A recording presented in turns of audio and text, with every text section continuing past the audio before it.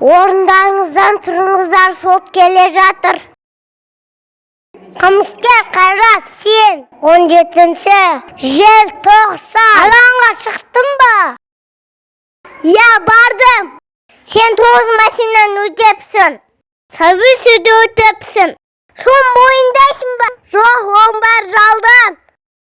Қазақ Кеңес Совет Республикасынан жоғарғы соты үкім етеді.